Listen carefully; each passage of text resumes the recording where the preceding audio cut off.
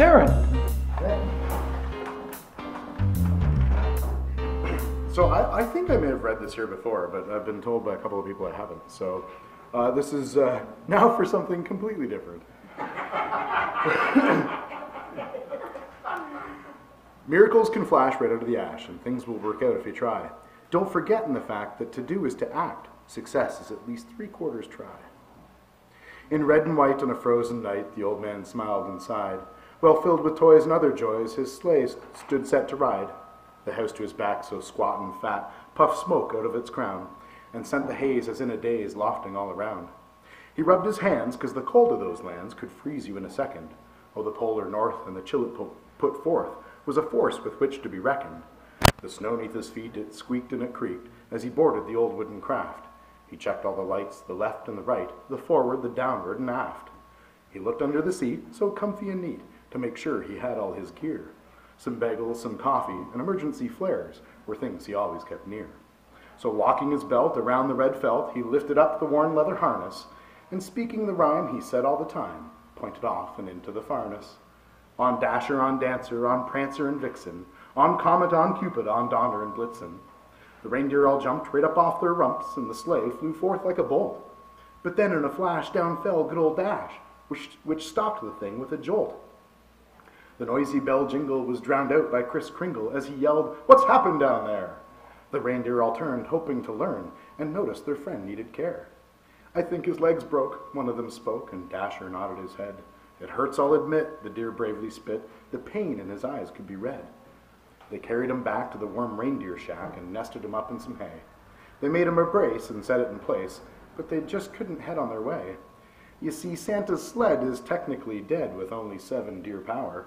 It has to have 8 to make it go great and burst forth in a magical shower.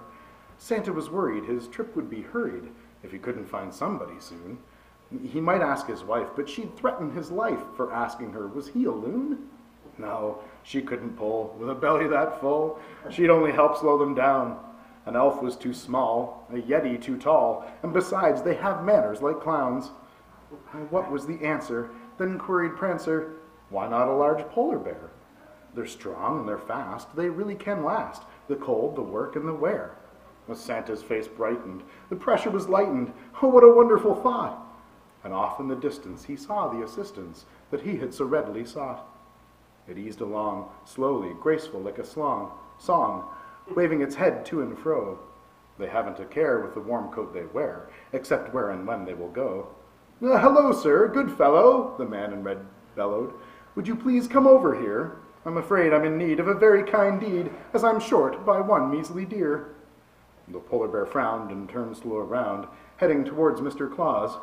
He loped slowly forth, that beast of the north, and after a finely timed pause, I will lend you my hand, however I can. Whatever you ask, I will try.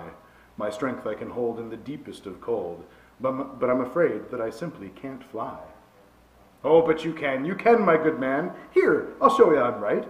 Now calm, let me rope you. I really do hope you don't have a fear of heights. The great white bear stood proudly there, attached by a rein to the carriage, and there neath the night, the stars dancing bright. It was quite the odd-looking marriage. Claus locked his belt, and the joy that he felt could wash away any dark tarnish, and speaking the rhyme a bit different this time, pointed off and into the farness. On Polar, on Dancer, on Prancer and Vixen, on Comet, on Cupid, on Donner and Blitzen. The reindeer all jumped right up off their rumps, and the polar bear he did the same.